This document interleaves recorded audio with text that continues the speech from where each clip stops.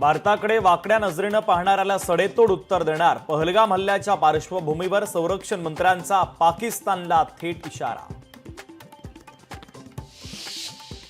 महायुतीमध्ये शिवसेना विरुद्ध राष्ट्रवादी नाराजी नाट्याचा नवा अंक। शंभूराज देसाईंच्या महाबळेश्वर पर्यटन महोत्सवाकडे अजित पवारांची पाठ, तर एकनाथ शिंदेही राष्ट्रवादीच्या माजी मुख्यमंत्री सन्मान सोहळ्याला गैरहजर।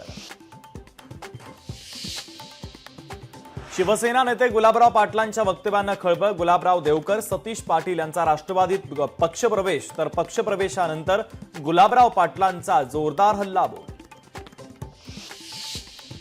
धनंजय मुंडेंनी पुन्हा धमकी दिल्याचा करुणा शर्मांचा गंभीर आरोप। लवकरच धमकीची ऑडिओ क्लिप सादर करणार असल्याची माहिती।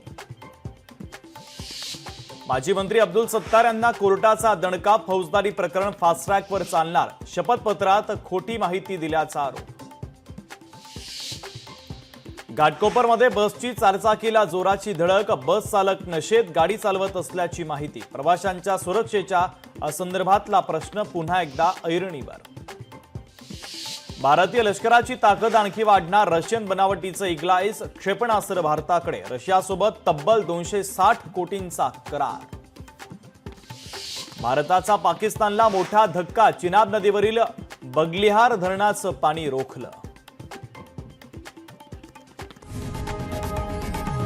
लोकशाही मराठी ऐका, पहा, जागरूक रहा।